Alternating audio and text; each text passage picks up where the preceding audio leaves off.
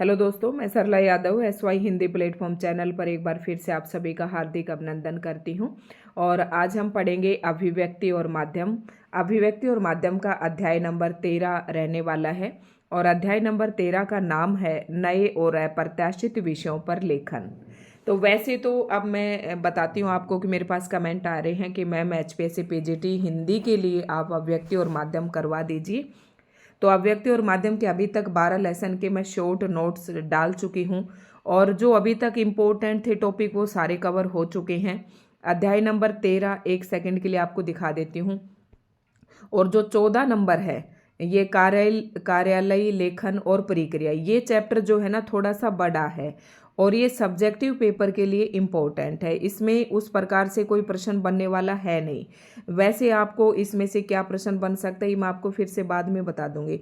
वैसे देखें तो ये अध्याय नंबर 14 जो है ये थोड़ा सा इम्पोर्टेंट है और पिछली बार यहाँ से एक प्रश्न इस अध्याय में से ये प्रश्न पूछा गया था। ठीक है, उसके बाद अध्याय नंबर 15 की अगर मैं बात करूँ तो अध्याय नंबर 15 है वो है अध्याय नंबर 15 है सवृत्त बायोडाटा व आवेदन पत्र। इसको हिंदी में आवेदन पत्र कहते हैं। तो इसमें भी कुछ ज़्यादा नहीं है पढ़ाने के लिए जो आपसे एग्जाम में वैसे प्रश्न पूछा जाए, लेकिन आप कह रहे हैं तो मैं छोटी छोटी वीडियो जो है सभी की डाल दूंगी।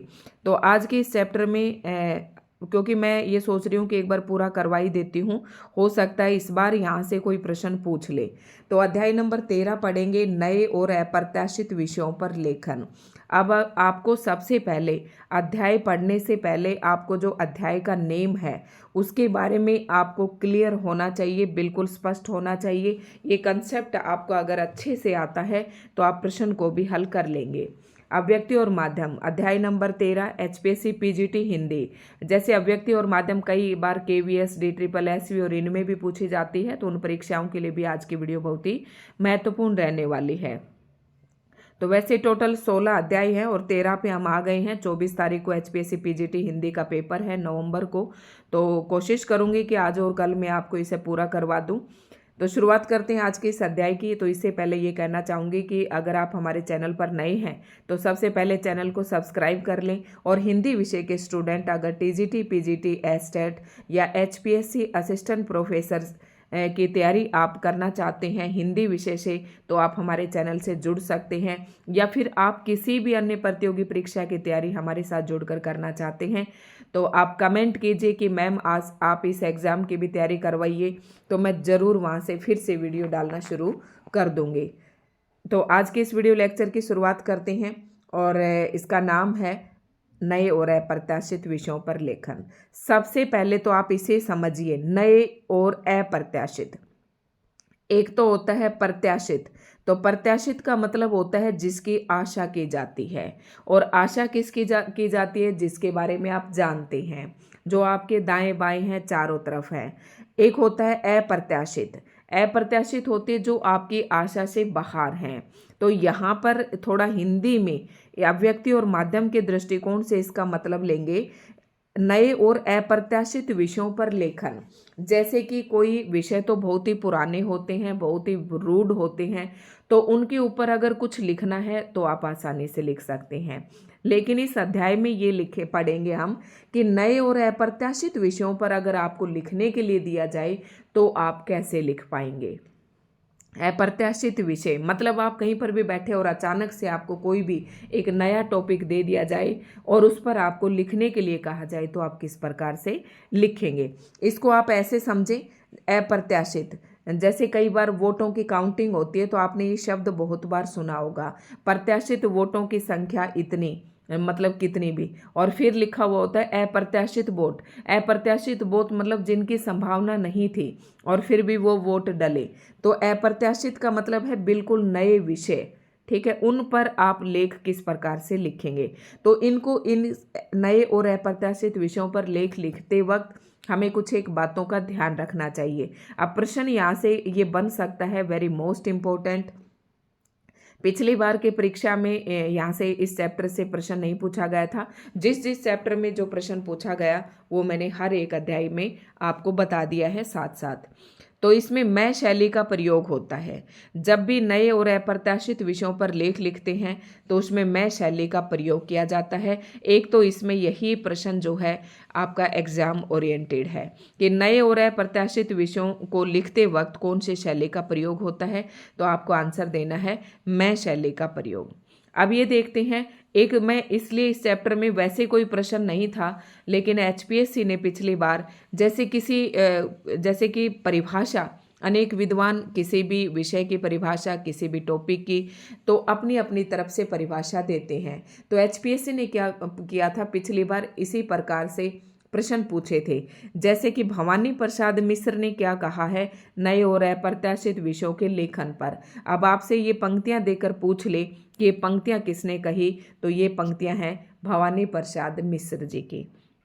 इसलिए यहाँ से दो प्रश्न महत्वपूर्ण थे। एक तो नए और अप्रत्याशित विषयों पर लेखन मैं शैली का प्रयोग होता है। दूसरा, भवानी प्रसाद मिश्र ने क्या कहा, जिस तरह हम बोलते हैं उस पर तू लिख और उसके बाद भी हमसे बड़ा तू दिख।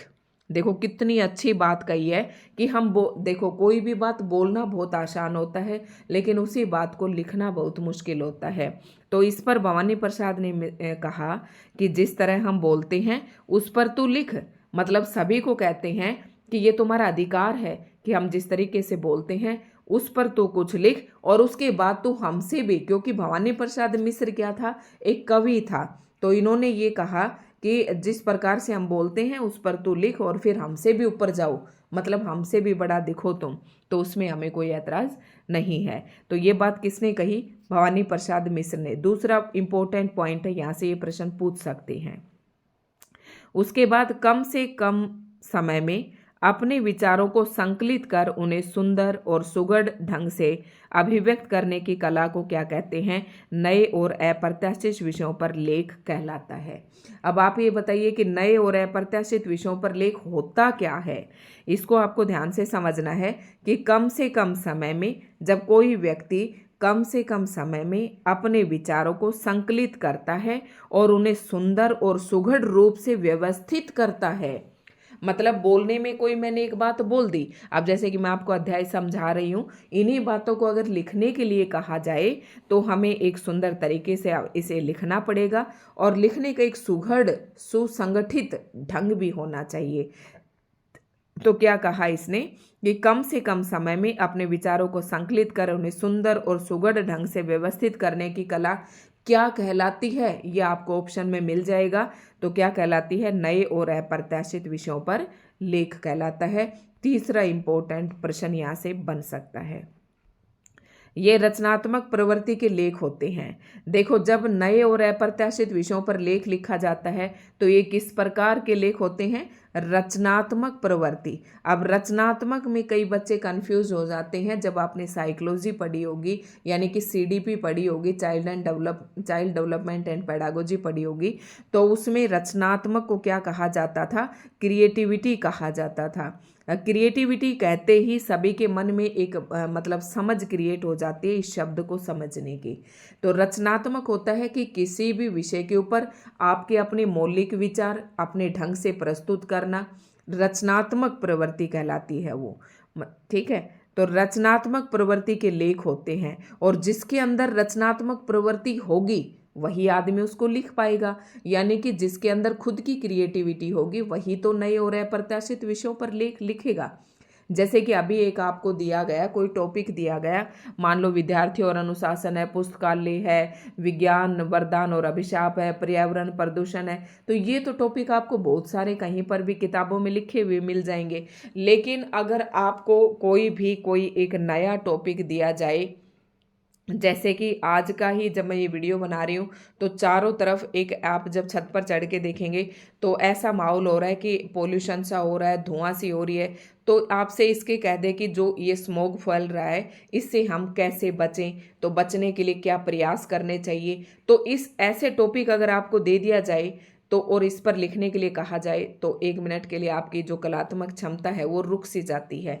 तो जब कोई भी आपको नया टॉपिक दिया जाता है उस पर लिखने के लिए कहा जाए तो वो अप्रत्याशित विषय पर लेख कहलाता है, ठीक है। तो ये किस नए और अप्रत्याशित विषय के लेख होते हैं, वो किस प्रवृत्ति के होते हैं, रचनात्मक प्रवृत्ति के लेख होते हैं। ये प्रश्न भी इम्पोर्टेंट है।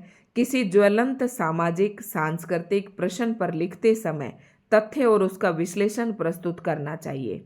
मतलब जब आप किसी भी नए और अप्रत्याशित विषय पर लेख लिख रहे हैं तो वो लेख जो है कोई भी सामाजिक मुद्दा हो सकता है, कोई भी सांस्कृतिक प्रश्न पर लिखते समय उनके तथ्यों को सबसे पहले इकट्ठा करना चाहिए, फिर उनका विश्लेषण करते हुए वो लेख लिखना चाहिए। जैसे कि अभी मैं आपको बता रही थी, ये स्मोक वाला टॉपिक बताया, तो सबसे पहले इनसे संबंधित आप तथ्य इकट्ठे करेंगे, फिर उन तथ्यों का संश्लेषण करके उनका विश्लेषण करते हुए आप उस पर पूरा निबंध टाइप में लिखेंगे। नए और अप्रत्याशित विषयों पर लेख लिखने के चरण कौन कौन से हैं? मतलब नए और अप्रत्याशित विषयों पर लेख लिखने के कौन कौन से स्टेप्स हैं? तो मन में उभरने वाले विचारों को विस्तार देना। देखो, एक तो आप मान लो आपके मन में कोई विचार आ रहा है, तो उस पर आप कोई लेख लिखना चाहते हैं, तो उसको विस्तार रूप देना क्या कहलाएगा? नए और अप्रत्याशित विषयों पर लेख लिखना। दूसरा, आकर्षक सी शुरुआत होनी चाहिए। पहला तो क्या होना चाहिए कि मन में उभरने वाले विचारों को विस्तार देना है, और आकर्षक उसकी क्या होनी चाहिए? शुरुआत होनी चाहिए। तो ये दो जो चरण है उसके काफ़ी महत्वपूर्ण है। अब क्या होगा अगर किसी व्यक्ति के अंदर रचनात्मक प्रवृत्ति है, नए और अप्रत्याशित विषयों पर लेख लिखने की क्षमता है, तो वो क्या करेगा? उससे रटने की बुरी आदत, मतलब क्या करते हैं कि आजकल जैसे कि कक्षा में अध्यापक ने कोई किसी विषय पर कुछ लिखने के लिए दिया, तो घर आते ही बच्चे क्या करते हैं? गूगल कर लेते हैं, बुक्स में से ढूंढ लेते हैं। आजकल आधार साधन है, लेकिन इससे क्या हो रहा है कि एक तो बच्चे के अंदर, या फिर याद करने के लिए कह दिया कोई ऐसे, तो क्या करते हैं? इधर उधर से याद करके ले जाते हैं, तो उससे बच्चे के अंदर एक रटने की बुरी आदत पनपती है।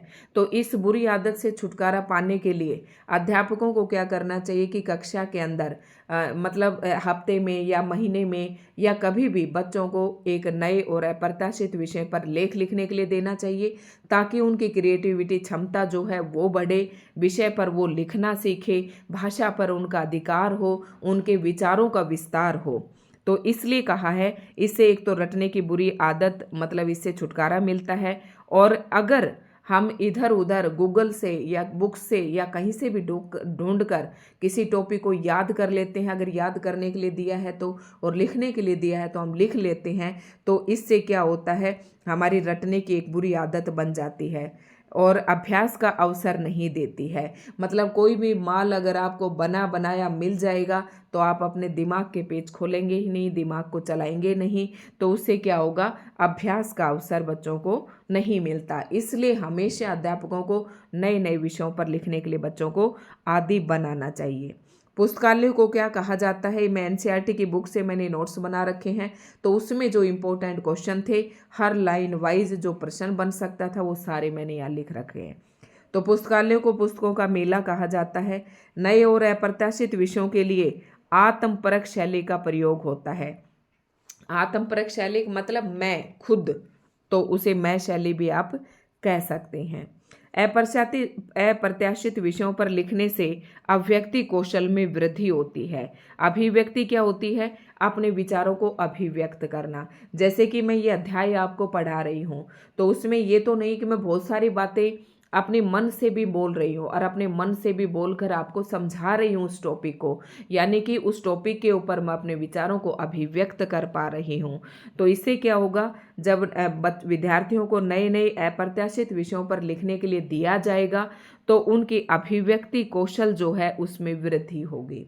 तो यही था इस अध्याय के अंदर, ज़्यादा कुछ नहीं है। तो दोस्तों, आज का ये टॉपिक आपको कैसा लगा कमेंट करके ज़रूर बताएं। धन्यवाद।